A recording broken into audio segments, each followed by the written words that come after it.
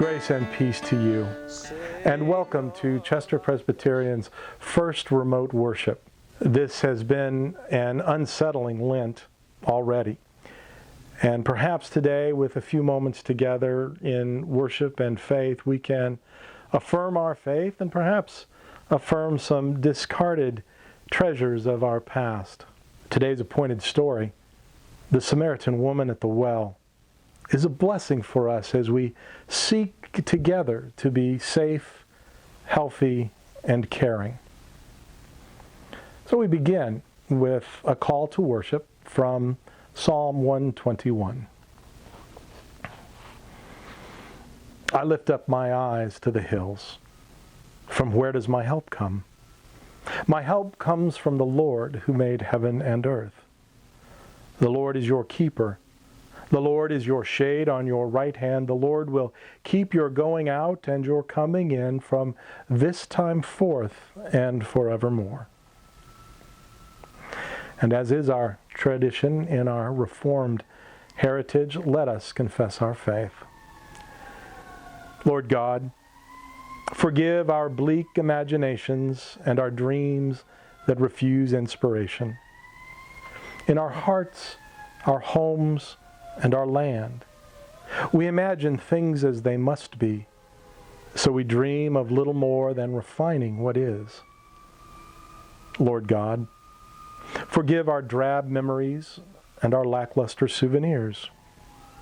In our hearts, our homes, and our land, we remember no help in ages past, so we summon no hope for years to come. Come, Holy Spirit of God, lead us to your promise of the glad hour that shall surely come, glowing brightly in the shadows of that hour that surely now is. We pray in the name of Jesus Christ. Amen. And as we've confessed, so also do we declare that we are in Jesus' name forgiven.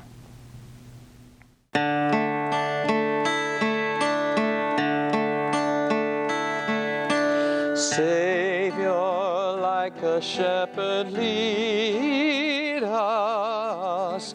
Much we need your tender care. In your pleasant pastures feed us. For our use your fold prepare. Blessed Jesus, blessed Jesus, you have bought us, we are yours. Blessed Jesus, blessed Jesus, you have bought us, we are yours.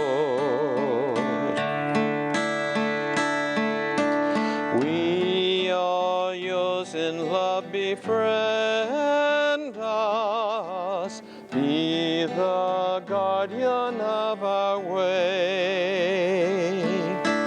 Keep your flock from sin, defend us, seek us when we go astray.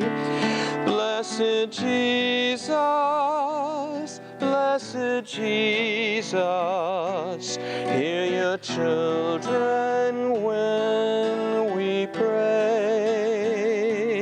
Blessed Jesus, blessed Jesus, hear your children when we pray.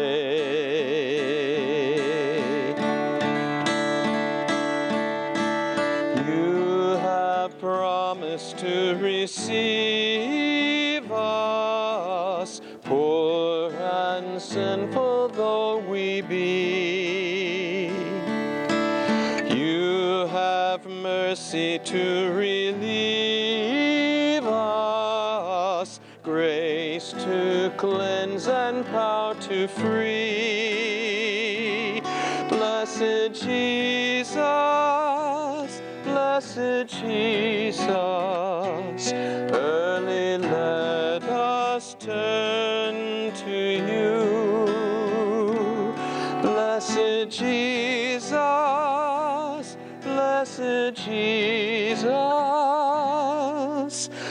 early let us turn to you.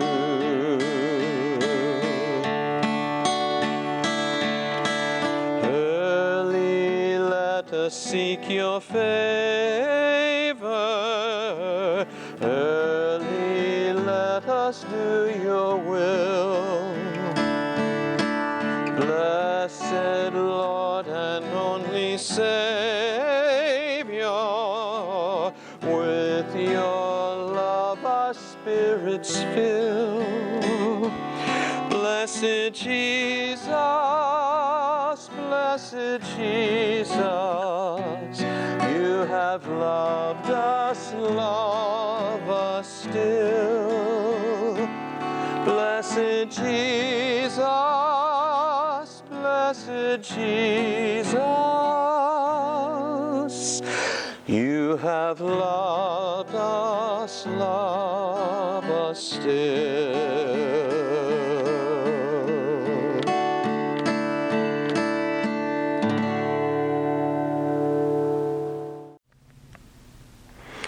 Our scripture reading for today is from John's Gospel, the 4th chapter, verses 7 through 26, a portion of that story of the Samaritan woman at the well.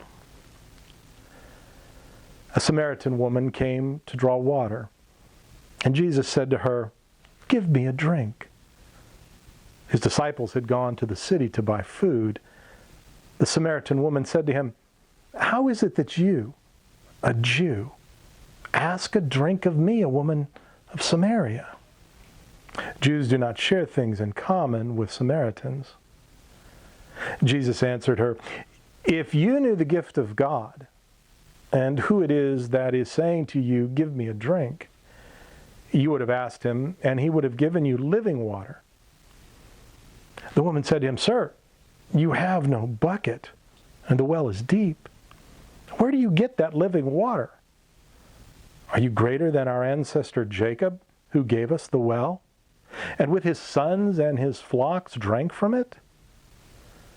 Jesus said to her, "Everyone who drinks of this water will be thirsty again.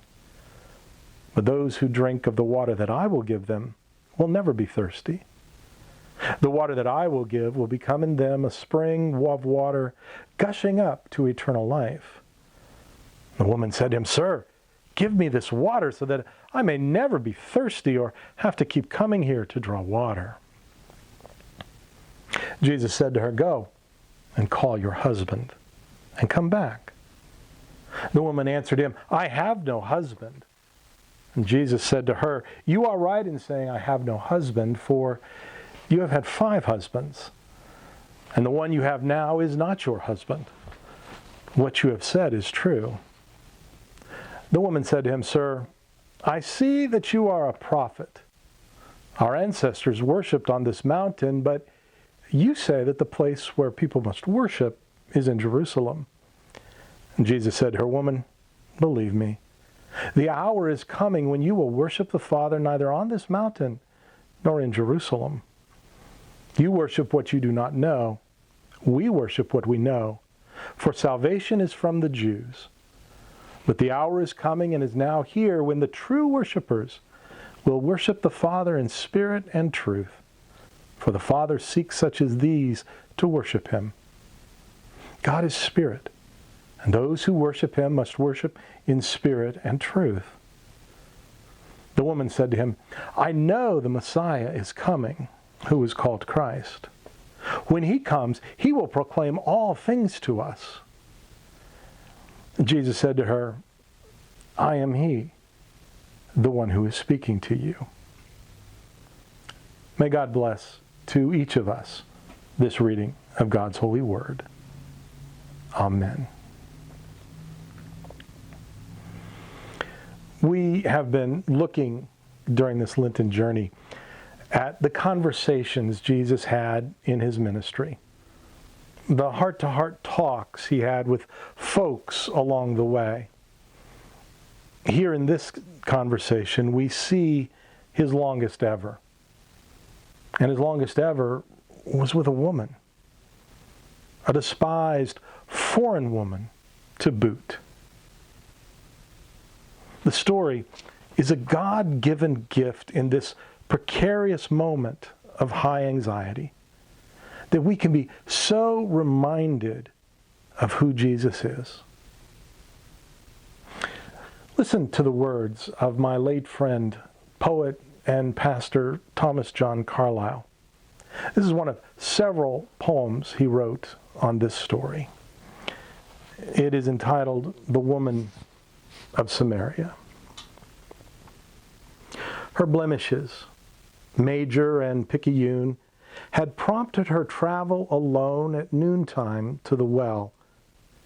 Yet this Samaritan whom Jesus met has much, so very much, to tell. A whole theology unfolds as we are listening to that crucial conversation. She is a woman, yet he talks with her. Samaritan, and Jews despise her nation. She is no scholar, though she has the talent to raise the probing questions and to claim there can be worship any place where people aspire and care enough to call upon God's name. She learns the metaphor of living water, with which old Jacob's well cannot compare. She reaches out and with faith in the Messiah and learns that Christ himself is sitting there, talking with her, sharing external truth. She hastens home without her water jar to tell her neighbors her discovery. Personal, universal, singular. She brings a large and eager throng to Jesus, she whom they had despised and criticized. Her words and her experiences lead them to hear, believe, receive the living Christ. There is a lot to mine in this story. Living water, the false trail of the woman's marital history, that Jesus' conversation partner was someone most would label other, that this is the first time in John he has revealed himself. Yet I think this poem gets to the heart of this talk. This week, what is worth noting is simply that Jesus knew her. He knew not only her history, but her capacity for faith. He knew she was a forthright woman, a person who would not let the opinions of others shut her down or shut her up. He knew she was one who could spread the word. Jesus knows us too. There is much in our stories, perhaps, that we would hope never to have to confess. Pieces we would hide from God or even ourselves if we could. The good news is God knows. God knows us. And God has work for all of us, no matter who we are, where we have been, or what has happened in our lives. And for many of us, that work has never been more important than at this moment. As a compassionate Christ sat and talked with one whose social distance had become isolation, quarantine, and ostracization, we have received a call to show our compassionate faith. Frederick Buechner described compassion this way. Compassion is the capacity for feeling what it's like to live inside somebody else's skin. It is the knowledge that there can never really be any peace and joy for me until there is peace and joy finally for you too. Thanks be to God. And let us pray. May we who are merely inconvenienced remember those whose lives are at stake. May we who have no risk factors remember those who are most vulnerable. May we who have the luxury of working from home remember those who must choose between preserving their health or making the rent. May we who have the flexibility of caring for our children when their schools close remember those who have no safe place to go. May we who are losing our margin money in the tumult of the economic market remember those who have no margin at all. May we who settle in for a quarantine at home remember those who have no home. As fear grips our country, let us choose love.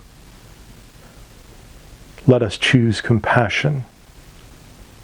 During this time when we cannot physically wrap our arms around each other, let us find ways to be the loving embrace to our neighbors. Amen. During Lent, we remember the events that led up to the crucifixion. Jesus had come to bring hope and light to the world, but at every step, there were those who could not accept the power of that light. He brought grace and forgiveness, but these gifts were often rejected by those filled with great love for other things. In the Gospel of Mark, as Jesus was going on his way, a man ran up, knelt before him, and asked, "Good teacher, what must I do to receive eternal life?" "Why do you call me good?" Jesus asked him. "No one is good except God alone. You know the commandments. Do not commit murder. Do not commit adultery. Do not steal. Do not accuse anyone falsely. Do not cheat. Respect your father and mother." "Teacher," said the man, "ever since I was young, I have obeyed all these commandments." Jesus looked straight at the man with love and said, "You need only one thing more. Go and sell all you have and give the money to the poor, and you will have riches in heaven. Then come and follow me." When the man heard this, gloom spread over his face, and he went away sad because he was very rich. When Jesus spoke the truth, there were those who could not face its light, and they turned away.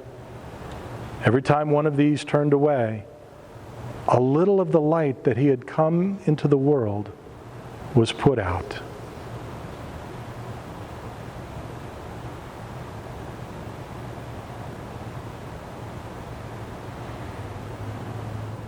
And may the Lord bless you and keep you. May the Lord make his face to shine upon you and be gracious to you. And may the Lord lift up his countenance upon each and every one of you and grant you his peace, his shalom. Amen.